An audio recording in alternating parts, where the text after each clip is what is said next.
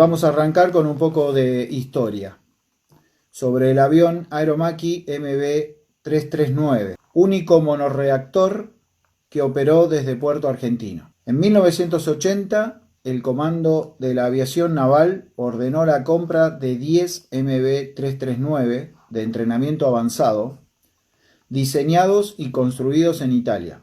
Los Aeromacchi fueron entregados a la Argentina en 1981 y pasaron a integrar la dotación de aviones de la primera escuadrilla aeronaval de ataque. El 21 de mayo de 1982, uno de esos aviones, piloteado por el teniente de navío Owen Crippa, avista y ataca a la flota británica en San Carlos. En el estrecho había gran cantidad de barcos, lanchones de desembarco y helicópteros. Crippa debe elegir uno de ellos y ataca la fragata Argonaut, descargando sobre ella todos los tiros de sus cañones de 30 milímetros y todos sus cohetes Zuni de 5 pulgadas, dejándola fuera de combate. Ese piloto y ese avión habían despegado desde Puerto Argentino. Ese avión era mantenido, puesto en línea de vuelo y artillado por un grupo de suboficiales ataquistas que operaban desde una de las cabeceras del aeropuerto de Puerto Argentino.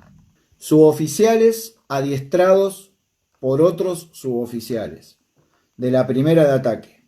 Ellos trabajaron durante todo el conflicto a la intemperie, bajo un clima hostil y atacados por fuego enemigo casi diariamente.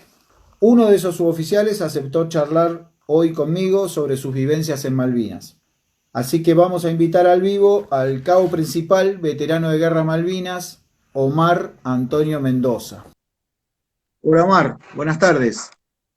Hola Gus, ¿cómo estás? Muy buenas tardes, ¿me escuchás bien vos? Bien, perfecto, alto y claro. ¿Cómo estás vos? Bien, bien, gracias a Dios, bien, pasando esta bendita cuarentena. Bueno, el cabo principal aeronáutico veterano de Guerra de Malvinas, Omar Antonio Mendoza, ingresó a la Armada en 1977 y pasó a integrar la promoción 31 de Aeronáuticos Armas. Cursó su especialidad en la División 138 del curso Aviación en nuestra querida escuela. En 1978, su primer destino fue la ESAN, en Punta Indio, con los veteranos T-28 y los nuevos Turbo Mentor adquiridos durante ese año. A fines del 78 ya cumplía con su primera comisión importante, como marinero de primera en la estancia La Zara, en Tierra del Fuego. En 1979 y 1980 regresa a la Escuela de Mecánica como cabo segundo armas. 1981, 82, 83 y 84 integraría la dotación en la primera escuadrilla aeronaval de ataque, con los Aeromacchi 326 y los flamantes Aeromacchi 339. Fines de 1984 se va de baja en forma voluntaria de la Armada. Por último, en 2020, la Armada lo reconoce como cabo principal y le da el retiro como veterano de Guerra de Malvinas, Ley 19.101. Creo haber estado más o menos correcto en tu hoja de vida. Exactamente, esa es mi hoja de vida de la Armada, es así tal cual vos la contás. De solo leer tu hoja de vida ya me surgió a mí la primera pregunta. Y la primera pregunta iría que nos cuentes por qué estabas operando con los T-28 desde una estancia en 1978. Claro, sí, en el 78 recordás vos y todos los que nos están escuchando que fue el primer conflicto que nosotros tuvimos por el canal de Beagle con nuestros vecinos chilenos.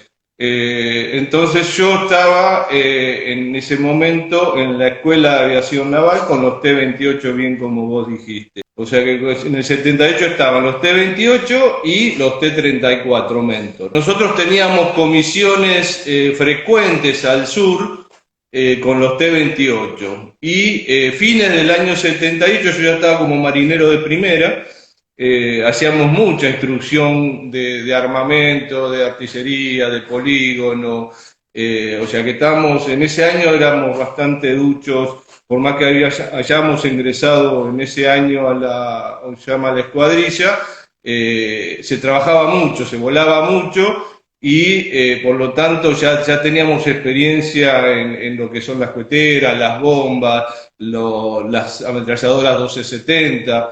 Entonces siempre volábamos e íbamos de comisión a Río Grande o a Ushuaia con los T-28.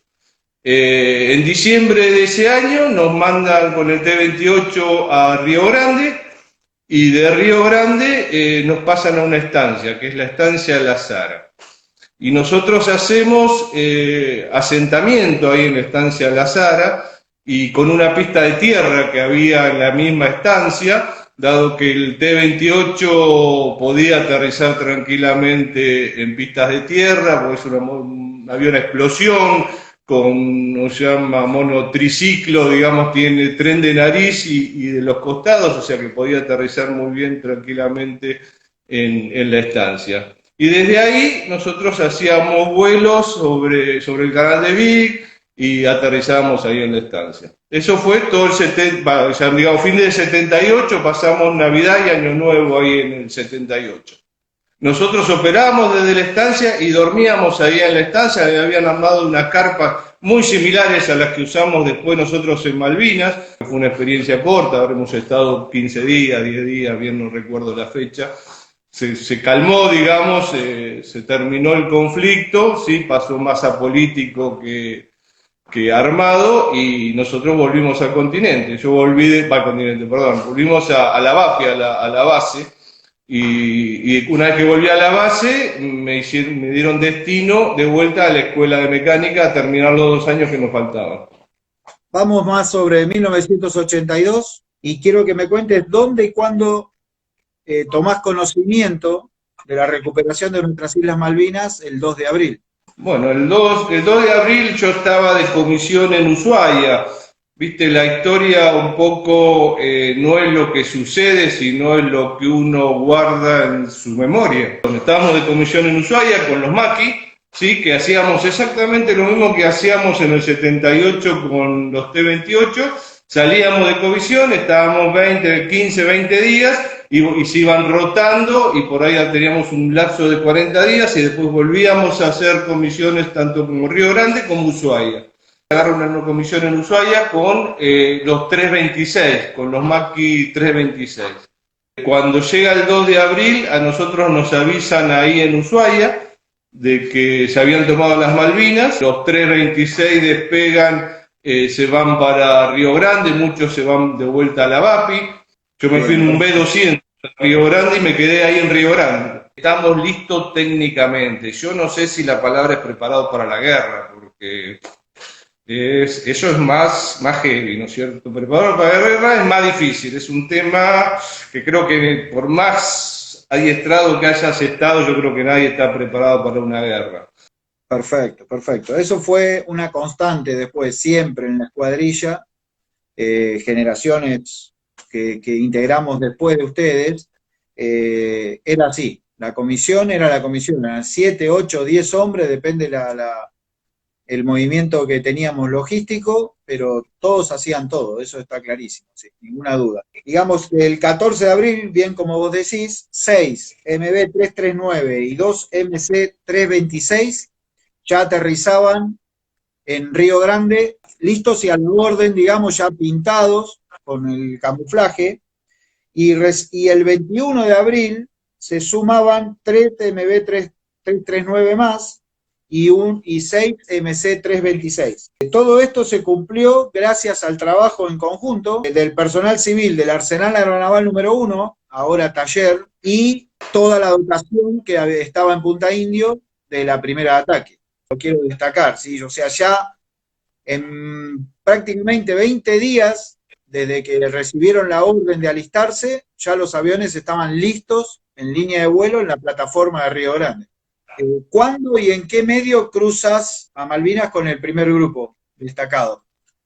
Yo cruzo a Malvinas con un Fokker. Nosotros cargamos el Fokker de repuesto. Por supuesto, nosotros éramos armas, o sea que los armas que estaban ahí en Río Grande, directamente fuimos a Malvinas el 23.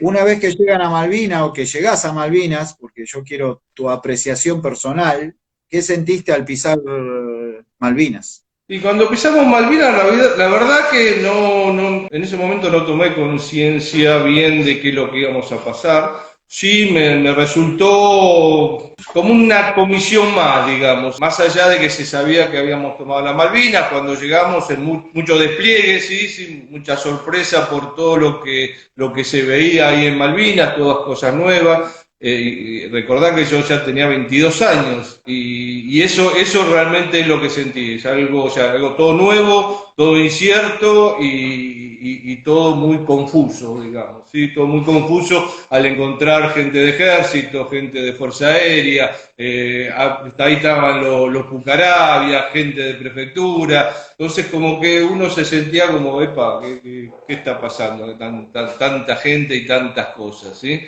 Sí, era una tensión totalmente distinta de que cuando estábamos en comisión. Era una tensión de decir, bajemos las cosas rápido, acomodémosla, no teníamos lugar, digamos que no era como llegabas a Río Grande y sabías que tenías tu hangar, o llegabas a Ushuaia y sabías que tenías tu hangar, y que tenías el CLAR, y que tenías los carritos como para llevar las cosas. O sea, ahí era bajar del Fokker, se abrían las puertas del Fokker y empezar a descargar como se podía. Y el Fokker daba media vuelta y se iba, y ahí quedamos nosotros, ¿no es cierto? Eso era la sensación de un principio. Me quedo con la parte esa donde dijiste, llegamos a un lugar que no conocíamos, no teníamos hangar, no teníamos el CLAR, nadie nos estaba esperando, porque viste, uno siempre llegaba de comisión, uno antes de irse de comisión mandaba despacho, avisaba, acá era todo una experiencia totalmente nueva para ustedes.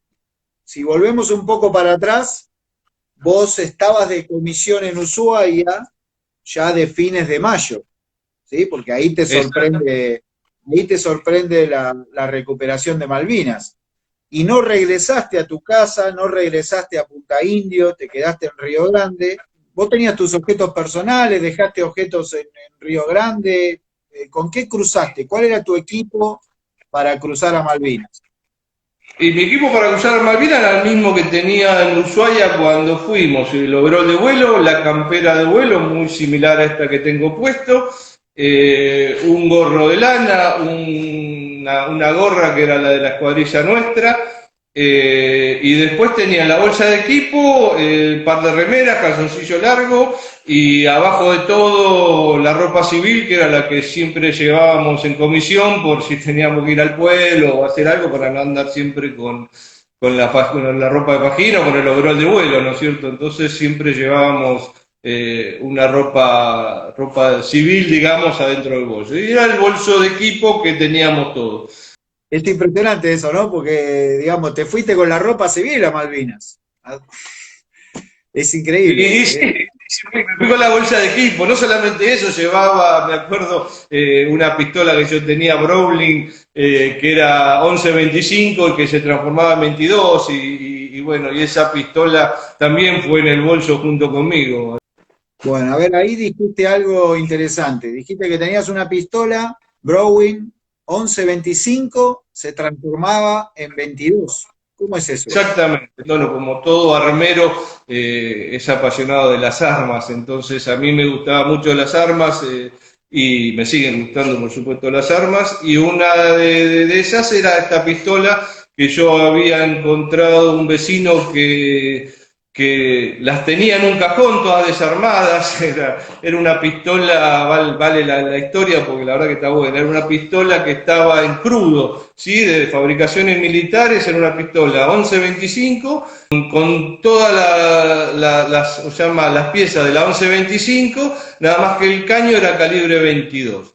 Entonces vos podías sacar el caño y usarlo como calibre 22, con un suplemento que iba en el cargador y con un resorte que era por supuesto más liviano que el resorte que cuando se transformaba en la 1125. Y como en Punta Indio teníamos todos los talleres para reparar tranquilamente un arma y fabricar lo que se te ocurra, porque la verdad que en esa época, en el año 80, 81, 82, la base de Punta Indio tenía talleres civiles espectaculares que podían armar lo que se te ocurre y lo que quieras.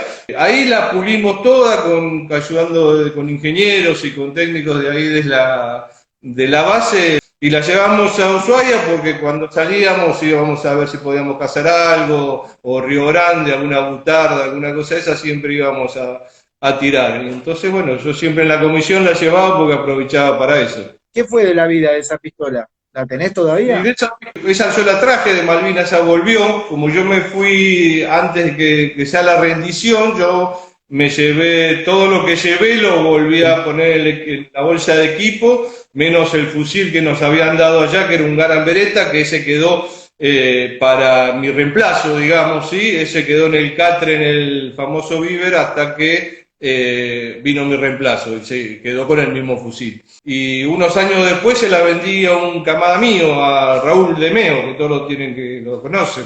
Así que no, la verdad que nos costó al principio poder llevar todo, primero llevar todos los tablones para allá, poder llevar todo el equipo que dejamos ahí en cabecera de pista, prepararnos para pasar la noche. La idea al principio era dormir ahí ya en cabecera de pista, que para eso habíamos llevado unas carpas. Sabemos que antes de cruzar a Malvinas, el comandante, Carlos Molteni, y algunos suboficiales ya habían cruzado, digamos, para ver dónde podían llegar a estar los aviones, si podían operar desde ese aeropuerto, la distancia de la pista, o sea, fueron como a hacer un estudio de terreno, digamos, ¿no? Como no había calle de rodaje, tenían que poner esos tablones sobre la turba para sacar los aviones y permitir que la pista siempre esté liberada. Ahí estaba entre los hangares y la torre de control, había unas carpas que ahí estaban los de Fuerza Aérea, que fueron los que aterrizaron ese día y se quedaron todos ahí. Porque atrás de la torre de control, yo recuerdo bien, había una pila de motos muy grande, por lo menos habría 100 motos nuevitas, así tipo de cross, todas apiladas ahí. Mirá qué interesante eso que me contás de las motos. Bueno, las trajeron del continente y las usaban mucho los de ejército y las usaban mucho los comandos para andar por el pueblo. Eso se veía mucho por el pueblo, las motitos esas. ¿Cómo fue la primera semana en Malvinas? Quiero que me cuentes cómo eran esos días, por ejemplo, cómo eran los traslados, porque ustedes, digamos que la primera noche duermen en el hangar. Después viene el evento ese de la armada de las carpas. Esa carpa es la que nosotros habíamos armado en cabecera. Eso fue la madrugada del día posterior. Nosotros nos despertamos porque se empezaron a volar las carpas. O sea, no había tiro que la aguante, no había nada que la soporte y se empezaron a desparramar y volamos por todos lados. Eran dos carpas, en una había mucho equipo, había muchas cajas con todos los equipos y todo, y esa se mantuvo más o menos en pie por el tema de que tenía las cajas adentro, pero después la otra que estaba al lado, que es donde yo estaba durmiendo, esa se nos voló toda, se nos vino encima, o sea, de hecho tuvimos que salir sí o sí de la carpa y desarmarla toda porque no, imposible, aparte esa se estaba rompiendo, un desastre. O sea, siempre se dijo una teoría por ahí de que ustedes eran buenos reparando aviones, pero eran malísimos armando carpa. ¿Eso fue así o fue el viento nomás? Y yo creo que un poquito de las dos cosas, Bueno, hangar una noche, carpa medianoche, porque no pudieron casi ni dormir. Después los trasladan al famoso Víver, que quedaba en el pueblo. Con el fallido del armado de las carpas, nos trasladan ese día a el pueblo y pasamos era como un club, y ahí nos tocó compartir con los comandos que iban y venían todas las noches, así que tampoco la pasamos muy bien esa noche. La verdad que sí, esa noche pasamos frío y bueno, y más allá de eso, los que nos pisaban los muchachos cuando salían a recorrer o salían a alguna misión, calculo yo. Claro, ustedes querían dormir esas noches porque ustedes operaban normalmente de día, pero bueno, los comandos son los comandos, eso no tienen horario. Y recuerdo que al otro día, ahí sí, nos llevaron para el lado del Bíber. Terminamos en el Bíber, que era un hangar. Tengo fotito del Bíber, no sé si se alcanza a ver ahí. El avioncito rojo es el famoso Bíber, y esa es una plataforma que teníamos cuando terminaba el hangar para el lado del canal. Ahí también cocinábamos. Y al costado del Bíber había una plataforma de cemento con un tanque arriba, que era un tanque de goma, eso como si fuese las cámaras de los autos, pero un poco más gruesa, inflable, o sea que se iba llenando de combustible, se iba inflando, pero cuando nosotros llegamos estaba desinflada, esa no tenía combustible, no tenía nada. La tiramos por un costado y quedó la plataforma, digamos, como un piletón arriba, ¿sí? de cemento con unos pilotes. Nosotros, y abajo estaba vacío, abajo como si fuese una fosa, ¿viste? Para arreglar los autos. Bueno, abajo también era de cemento ahí, así que lo que hicimos fue llenar bolsas con tierra y fuimos tapando todo el costado y le hicimos una entrada y ese era nuestro refugio. Cuando estábamos en el Bíber y sonaba la alerta roja, nosotros nos íbamos ahí. Venía un camioncito, ¿sí? Un tipo Unimog verde, se llama, en vez de tener la lona, tenía los fierros y tenía arriba asientos y nosotros con eso nos trasladábamos a la cabecera de pista. Cruzábamos el pueblo, que era la parte del puerto, y todo eso lo cruzábamos y ya ahí agarrábamos para el aeropuerto y llegábamos al aeropuerto. Y ahí nos íbamos a cabecera de pista. Contame quiénes están en esa foto. En esta foto está Lere, Luján, Rex y yo. Y el que está sacando la foto es Roberto Cunha. ¿Quién conducía ese camión? Y ese camión lo conducía un muchachito que yo no lo vi nunca más, que pertenecía a la prefectura. Desconozco el destino de ese muchacho, pero bueno, él nos traía y nos llevaba todos los días, nos dejaba allá, después se iba. La verdad que siempre charlando, siempre quisimos saber si lo podíamos ubicar a este chico de prefectura, porque la verdad que nos dio una mano muy grande. Después más adelante tenemos una historia con este muchacho que no la recuerdo bien. Hay una parte ahí que me interesa, que es que ustedes prepararon sus propios búnker, digamos, ¿no? Ustedes siendo mecánicos de aviones, como yo lo dije antes, suboficiales adiestrados por otros suboficiales, eran suboficiales retirados que nos daban clase. Ustedes prepararon sus propios refugios, no era que venía el ejército o los infantes de marina y te cavaban el pozo y te decían, bueno, acá va a ser para que ustedes estén. Eso todo lo hicieron ustedes a pico y pala. Yo creo que todos los aeronáuticos siempre tenemos la habilidad y tuvimos la habilidad siempre de aprovechar al máximo los elementos que teníamos. Entonces yo acá, por ejemplo, tengo una foto, no sé si se ve bien, que ahí están las bombas al costado de la pista, están desarmadas, ves que se ve la cola por un lado y el cuerpo por el otro. Esas eran las bombas que estaban al costado de los hangares, antes del 1 de mayo. El carrito para llevar las bombas no lo tenían, el que había en el hangar. No existía carrito para llevar la bomba, no existía nada, ahí era todo pulmón. Ahí sí que era todo pulmón. Juntanos a todos para finalizar esta primera parte, ¿cuánto pesaban esas bombas? Y las bombas, la de 180, la 180 pesaba como 500 kilos, era una cosita pesadita. 1 de mayo y muy temprano. Bueno, me gustaría saber cómo fue ese día, tu visión, desde que todo empezó ahí, 4:30, 4:40 de la madrugada, con el primer ataque del avión Vulcan. A nosotros nos agarra en el Bíber, o sea, nos agarra del otro lado del pueblo, ¿sí? Cuando termina el pueblo, nos llama, está el Bíber, ¿sí? Para ponernos más o menos en distancia.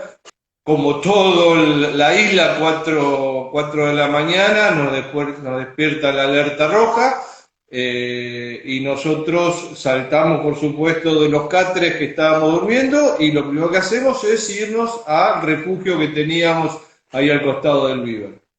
Mirando para el aeropuerto, del lado derecho quedaba todo el pueblo y del lado izquierdo hacia adelante teníamos digamos, el aeropuerto, que no lo veíamos desde ahí del Viver, pero sí sabíamos que estaba a esa distancia. Y enterarnos como se enteraban todos, porque nosotros no teníamos radio ahí en el Viver. Y a eso de las 7:30, 8 de la mañana, salimos con el camioncito, salimos para llegar al aeropuerto.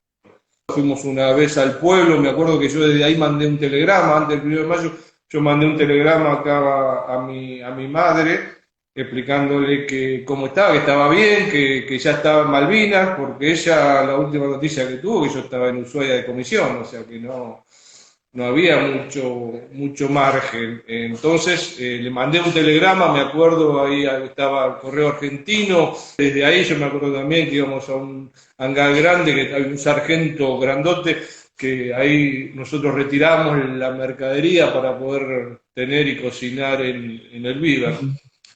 Y el 1 de mayo, bueno, ya te digo, nos refugiamos ahí en el búnker.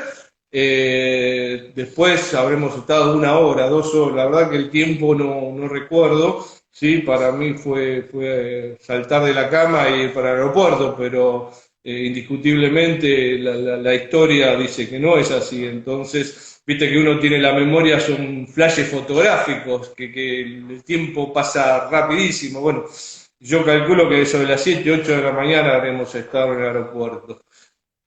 Esos son los dos hangares prendidos fuego.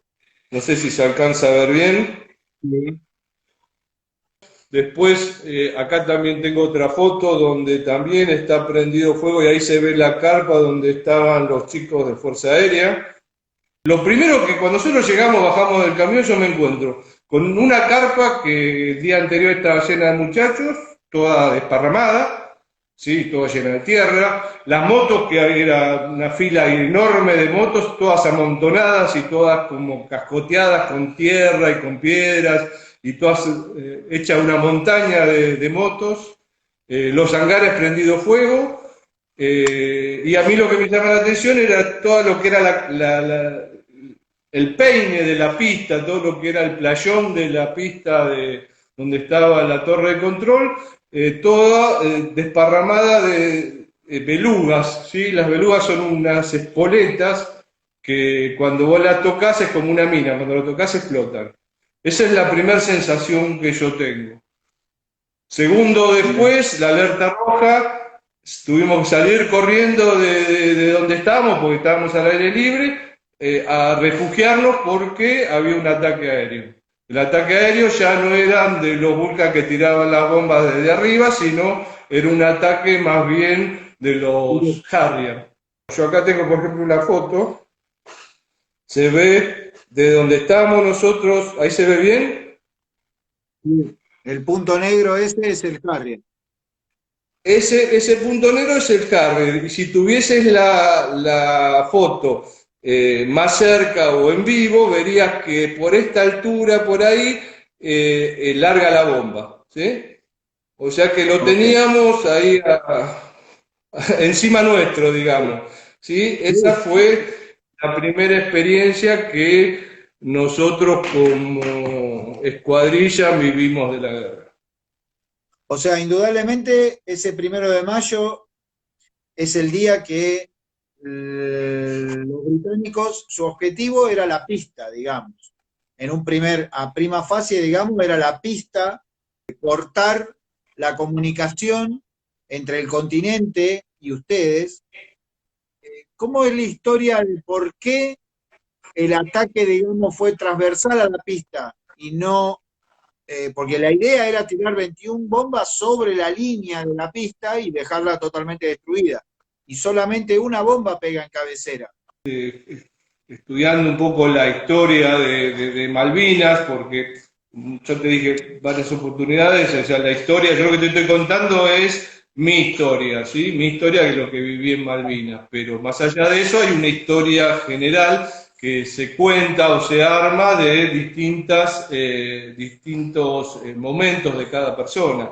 Eso arma la historia. Entonces, uno se interesa por lo que es la historia propiamente dicha, entonces yo empecé a leer un poquito de cómo fue el ataque y qué es lo que buscaban y qué es lo que pareció. Y he leído que ellos tenían, cuando vienen a armar la pista, se llama a Malvinas, ellos mandan los ingenieros con una forma de la pista que era distinta a la que se hizo después. Entonces, cuando vieron los ingenieros que vinieron a armar la pista, vieron que era imposible, como era el terreno tan sinuoso y tan frágil, lo que hicieron es invertirla y en vez de hacerla en forma horizontal, o sea, en forma paralela a la Sangare, lo hicieron en diagonal, ¿sí? Y lo hicieron paralelo al canal, digamos, como para hacer un poquito más claro. Entonces ellos tenían la ubicación de la pista totalmente distinta a la que estaba fabricada. Por eso es que nunca le pudieron pegar a la pista. Tanto el ataque Vulcan como el ataque después de la flota cuando se plantó a 20 millas y empezaban a bombardear desde ahí. Omar, vamos a entrar en el 3 de mayo. El día 3 de mayo, el comandante Carlos Molteni y el teniente de fragata Carlos Benítez despegan de Puerto Argentino con la orden de encontrar y atacar un portahelicópteros que nunca lograron ubicar. Al regreso de esa misión, en el último viraje para enfrentar las pistas, suceden dos situaciones. Molteni logra aterrizar su avión, pero el Chine Benítez, su numeral, en el giro para enfrentar la pista, impacta una lomada y muere piloteando el 4 Alfa 113, Aeromacchi. El teniente fragata Carlos Chino Benítez fue condecorado con la medalla al muerto en combate. Yo te consulto, ¿quién era el Chino Benítez en la escuadrilla y cómo viviste vos ese triste día, ¿no? Porque esa fue la primera baja de la primera escuadrilla aeronaval de ataque. Sí, es verdad, esa fue la primera baja que nosotros tuvimos en la cuadrilla. Por supuesto que muy mal, me costó, me cuesta y me costará todavía aceptarlo. Él era mi jefe. Yo estaba ahí el día que él pierde la vida. Nosotros lo despedimos, lo vimos volar, le armamos el avión, como cada vez que salían a volar, nosotros armamos el avión con los cohetes UNIC y con las ametralladoras. Salieron, hicieron su operación y cuando estaban viniendo, que a nosotros nos avisan siempre de que el avión estaba llegando, porque ya ahí sí teníamos una radio conectado con la torre para poder desartillarlos de vuelta, ponerle los seguros que corresponden a los cohetes que tenían armados y a los cañones de 30. Dan el giro como para aterrizar. Ahí medio que se pierden los dos porque nosotros, eso da la parte del faro, nosotros no alcanzamos a ver esa parte porque era una lomada, ahí empezaba a subir y después bajaba hacia la playa, por lo tanto no teníamos contacto con la playa nosotros, estábamos tranquilos cuando aterriza primero Molteni y tras el aterrizaje de Molteni se ve una ¿cómo se llama? Cortina de humo. Muchos salimos corriendo para ese lado, nos gritan de que no salgamos porque estaba la parte minada, que la parte de la playa era toda una parte minada y que no podíamos cruzar. Ahí aparece el Unimog famoso que siempre nos llevaba y nos traía, y con dos personas que seguramente, si mal no recuerdo, era abogado uno, se salió corriendo junto con, creo que era Godoy o alguno de esos. Ya se había eyectado, pero había caído ahí nomás, o sea que no hubo forma ni de revivirlo ni de nada. Y yo la última vez que lo vi dentro del Unimog, dentro de la bolsa negra, todo tapado. Y después ya no lo vi más. Otro oficial también muy querido en la escuadrilla, lamentablemente fue la primera baja. Quiero creer que no fue un error del piloto, ni puede haber sido un error de la máquina que se haya clavado, o que le hayan tirado un llama antes de que llegue, antes de que llegue. Y siempre hablamos con muchos de que estuvimos allá y creo que no soy el único que tiene esa duda de que Benítez no venía en perfectas condiciones, que venía tocado. Yo no sé si tocado por el enemigo o tocado por la propia fuerza, pero el avión ese venía tocado. Sí, si interpretamos un poco las palabras del comandante, contacto con el enemigo no habían tenido, porque ellos fueron hacia un rumbo en busca de un supuesto helidesembarco y no encontraron nada, la meteorología era muy mala y bueno, ahí deciden volver. 1 de mayo y a los 2 días ya la primer baja, un golpe bastante fuerte. Sí, sí, aparte entre el 1 y el 3 de mayo nosotros tuvimos alertas rojas, si no eran alertas rojas por los Harrier que venían a bombardear y a tirarnos, eran por los buques que se habían implantado a 20 millas y nos bombardeaban. Y a la noche, más de una vez nos han tirado con llama fuego de buques al Beaver. Muchas de las veces, después del 1 de mayo, nosotros sufrimos ataques nocturnos con los bombardeos y ataques diurnos, tanto sea con los buques como con los aviones. ¿Cómo recibían las noticias, digamos, ¿no? De la guerra? El 2 de mayo es atacado el crucero General Belgrano y el 4, la aviación naval, por intermedio de los superetendard, ataca con misiles Exocet y hunde el destructor Sheffield, el buque insignia de la Armada Británica. ¿Cómo vivían esas noticias? ¿Tenían noticias al instante de lo que iba sucediendo? No, nosotros no teníamos comunicación más allá más allá de lo que se comentaba en cabecera de pista o cuando íbamos para el pueblo, no había forma de que supiéramos lo que estaba pasando. Voy a volver un poquito a 2 temas.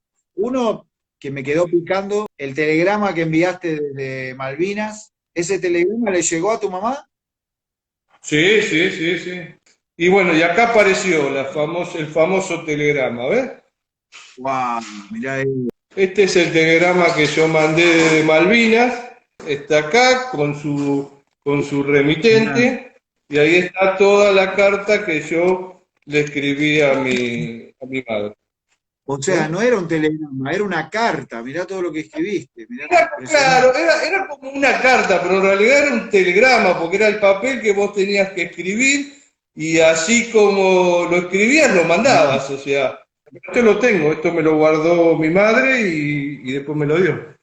documento histórico, si lo es ese. Ahí me di cuenta, después después de unos cuantos años me puse a leer la carta que le escribí y me di cuenta lo inmaduro que estaba en ese momento. 22 años tenía, sí. Y estabas Y en tenía una 22 años. Exactamente, hoy le hubiese escrito otro tipo de carta. Eso fue antes del 1 de mayo, yo creo que del 1 de mayo al 17 maduramos de golpe y ya no fuimos lo mismo que éramos antes del 1 de mayo, eso yo te lo puedo asegurar. Me quedó picando lo del chofer de la prefectura. Ese chofer, digamos, ¿me podés contar alguna anécdota con el chofer? Fotos del chofer tampoco tenés, ¿no? Mira, tengo una foto grupal que para mí, porque yo la verdad la cara tampoco mucho me acuerdo, pero en la foto grupal que tenemos hay una persona que para mí ese era el chofer que nosotros teníamos. Pero bueno, esta es la única foto que yo tengo del grupo, sí, que ahí está el Chino Benítez, eso fue tomado antes del 3 de mayo. Para mí él es el que manejaba el Unimog, digamos. ¿Alguna anécdota con el chofer? Tenemos una anécdota nos llevaba a cabecera de pista y después del 1 de mayo nos seguía llevando a cabecera de pista. Nos sorprende la alerta roja. Ahí me enteré que los buques hacían el ataque en forma cuadrangular, o sea, barrían hacia adelante y hacia los costados en forma de cuadrícula, como para no dejar ningún espacio en blanco. Para el lado del agua no nos podíamos desplazar, porque primero que no podíamos llegar porque estaba la parte minada y no podíamos llegar a la playa. Y segundo, que ya no teníamos más espacio. Nosotros cada vez nos corríamos más y estaba el bombardeo. Pero ¿qué pasa? Estaba el camioncito con este muchacho, este famoso chofer, estaba con nosotros.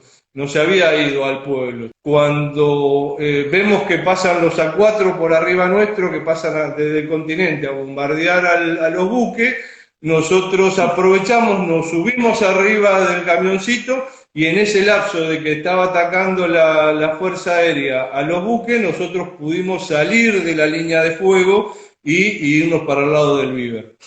Bastante mal, ahí la vimos bastante complicada. Mirá vos. Yo creo que fue uno de los momentos más difíciles que pasamos, por lo menos que yo recuerde que hemos pasado, fue ese bombardeo esa mañana. La verdad que sí, la verdad que está para agradecerle a este buen señor.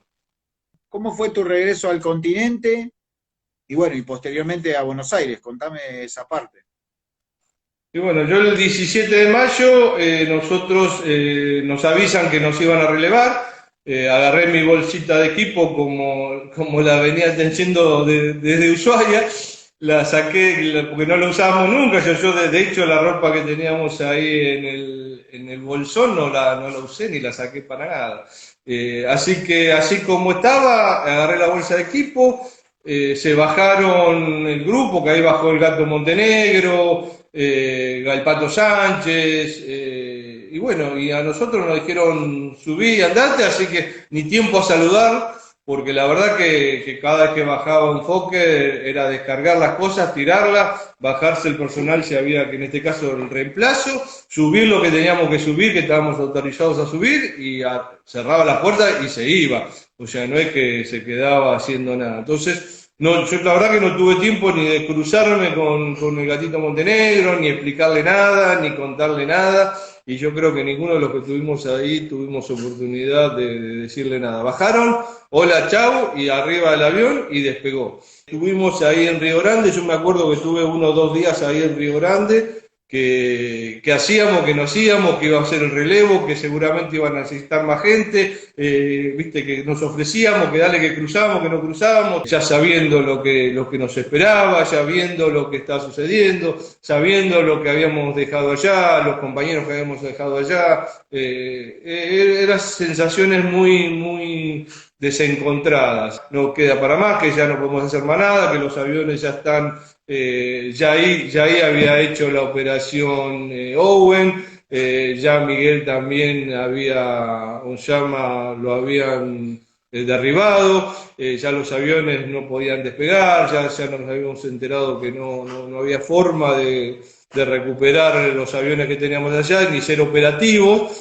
No sé cuánto tiempo habrá pasado, la verdad que no recuerdo los días, pero me subí a un avión de línea, así como estaba, overol de vuelo, campera de vuelo, bolso de equipo, arriba de un avión de línea, me bajé en Ezeiza nuestras camionetitas verdes de la base de Ezeiza nos llevaron a mí por ejemplo me dejaron en Liniar, yo vivía acá donde vivo siempre en Castelar, así que a mí me dejaron en la estación de Liniar, en la estación de Liniar me tomé el Sarmiento, y cuando subí al Sarmiento y vi toda la gente y miré y vi que ni me miraban, que ni me observaban y que vivían en su mundo, yo dije, hay dos, o estoy muerto y, viste, soy un fantasma, o realmente ellos no están viviendo lo que vivimos nosotros.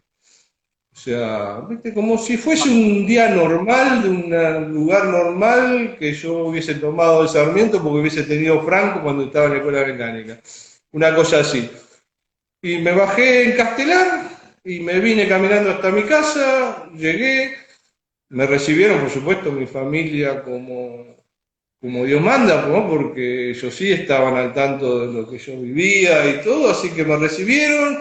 Esa noche me pude pegar un baño tranquilo, no dormir, por supuesto, porque no me despertaba cada 5 minutos, cualquier ruidito que se escuchaba, un llama saltaba de la cama y así tuve por mucho tiempo, ¿no? de ahí me fui de vuelta a la base. O sea, estuve unos 10 días, 12 días y de ahí me volví de vuelta a la base. Habíamos perdido los aviones, habíamos perdido gente, habíamos perdido un montón de cosas, pero nosotros, si no nos juntábamos entre nosotros, no nos juntábamos con nadie. Fue una lucha, después medio como se empezó a mezclar de vuelta la cosa, pero al principio nos miraban, yo no sé si era por el semblante que nosotros teníamos, por lo que no contábamos ni decíamos nada de lo que había pasado, no sé por qué. Yo hoy a la distancia sé porque me costó muchísimo hablar de que tuvimos un bloqueo, o yo por lo menos tuve un bloqueo de muchos años. Yo en el 84 me fui de la Armada y después yo no volví a hablar, yo entré a la vida civil, trabajé en una empresa donde trabajé 10 años en esa empresa y no sabían que yo había sido veterano en Malvinas, ¿viste? Y bueno, y después siguió surgiendo y la vida pasó y recién cuando acá, por lo menos en la provincia de Buenos Aires, dieron las posibilidades que los veteranos puedan entrar a trabajar a los colegios. Yo ahí entré a trabajar a un colegio y bueno, y ahí sí, como los centros de veteranos, el charlar y contar un poquito las experiencias y las vivencias, ahí recién me empecé a alargar y poder contar un poquito lo que yo viví ahí en Malvinas. Y hoy hay cosas que me cuestan, hay cosas que la verdad que me trabo y me clavo al hablar y yo me doy cuenta, pero es algo que no lo puedes dominar y no lo puedes controlar, ¿viste? Es algo que te bloquea del lado de adentro, te saca el aire y no hay forma de que salga, por más que vos digas, yo esto lo tengo que contar, no sale, no te sale. Bueno, la verdad que te mando un abrazo a la distancia, porque bueno, sé que ese regreso debe haber sido durísimo, ¿no? Porque mientras uno está ahí, es como que uno hace las cosas en automático, fue adiestrado, tiene a sus compañeros al lado, pero claro, sentir ese momento del tren, mira, sos el primero que me dice esta parte, porque creo que los demás, no me acuerdo ahora, pero creo que Montenegro me dijo que llegó muy de noche, llegó como a la madrugada a la casa, el Guille Sosa llegó a Mendoza, y vos fíjate que como siempre las provincias viven en otra sintonía, a él lo esperaron, al otro día creo que le hicieron un reportaje en la radio, pero Buenos Aires es muy particular en ese momento, y yo me imagino lo que habrá sido ese viaje en el tren, impresionante, sí, la verdad que te acompaño desde acá y a la distancia, ¿no? Pero bueno, me gustaría tenerte al lado para poder darte un abrazo. Sí, sí, sí. Lo que nos ayudó mucho es este famoso museo itinerante que nosotros tenemos, que eso nos hizo juntarnos de vuelta el grupo que estuvo allá en Malvinas, poder recordar o contar cada uno lo que vivió desde su historia, de adentro, lo que pudo guardar, ayuda muchísimo, muchísimo el tema de las fotos.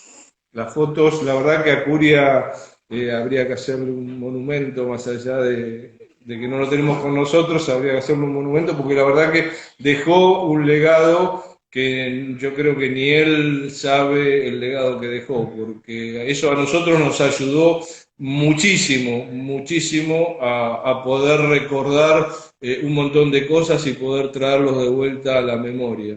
Armeros, compañeros míos, que hemos tenido esa vivencia, yo ya no los tengo más al lado mío. Yo, si te fijas, armeros, o sea, de la aviación naval que convivieron conmigo en la primera ataque, el Pato Ponce, Devon, Chazarreta, Curia, son gente que ya no está más. Y yo esos que te estoy nombrando son posguerra y son todos armeros y gente de la primera ataque que estuvo con nosotros en Malvinas. ¿Sí? Porque vos cuando te juntás, más allá que nos juntamos el grupo entre todos, se llama el electrónico, se junta con el electrónico y se acuerda de las vivencias de ese momento, el mecánico con los mecánicos y las vivencias de este momento. Y la verdad que cuando nosotros nos juntamos, más allá de Gatito Montenegro y algún otro más que recuerdo que hoy está, después no quedamos más, ¿eh? no quedamos. Y eso hace a que no te ayude a recordar porque realmente no lo vivimos. Y esto que hoy vos estás haciendo, yo antes que cortemos te quiero, porque yo sé que vos no te gusta esto, pero te quiero agradecer por esto que hacemos, porque es importante para nosotros, es importante para que esto quede grabado y se guarde. Y cuando hablamos, sí, es como yo te dije la otra vez, cuando nosotros hablamos, hablamos con una persona que conoce el tema, sabe de lo que estamos hablando y vivió exactamente, si no vivió la guerra, vivió exactamente todas las experiencias que nosotros vivimos. Sos parte de la escuadrilla, compartiste la escuadrilla, cuando yo te hablo de la escuela, vos estuviste en la escuela, cuando yo te hablo de cuando hacíamos guardia en el hangar, vos hiciste guardia en el hangar, cuando yo te hablo de comisiones a Río Grande, vos fuiste a Río Grande, cuando yo te hablo de comisiones Ushuaia, fuiste a Ushuaia. Todo lo que nosotros vivimos años atrás, y no muchos años atrás de lo que cuando vos entraste a la Armada, vos también lo viviste. Lo único que te faltó vivir es la guerra, pero después todo lo demás lo viviste. Entonces nos entendés, nos comprendés y hablas exactamente el mismo idioma que yo. Y hablas el mismo idioma que todos nosotros. Y lo viviste, no solamente hablas el mismo idioma, sino que lo viviste. Vos fuiste marinero, fuiste cabo segundo, fuiste cabo primero, fuiste cabo de cuarto, cabo principal, vos fuiste su oficial de guardia, fuiste su oficial mayor encargado del hangar. Entonces vos la pasaste por todas. Entonces realmente cuando nosotros hablamos y decimos las cosas, vos nos entendés y hablas el mismo idioma. Y podemos tener esta charla porque realmente hablamos el mismo idioma. Y eso no siempre se da, no siempre cuando tenemos una entrevista o tenemos que contar un poquito nuestra historia, la contamos así tan abiertamente como la estoy contando con vos. Porque realmente cuando la cuento es como si estamos en una charla de café y vos sabés dónde y cómo tenés que preguntar porque vos también la viviste, ¿sí?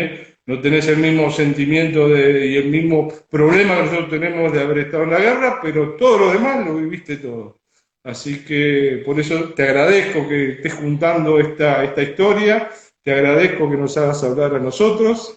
A unos te va a costar más que otros les va a costar mucho más largar lo que tienen adentro, pero realmente te agradezco mucho este vivo que haces, porque este vivo no solamente es esta hora y media que nosotros charlamos, sino es el preparativo, el tras de escena, digamos, que es lo que te hace pensar y te hace acordarte y te hace recordar y te hace volver de vuelta a ese lugar que nos dolió tanto y que nos costó tanto a cada uno.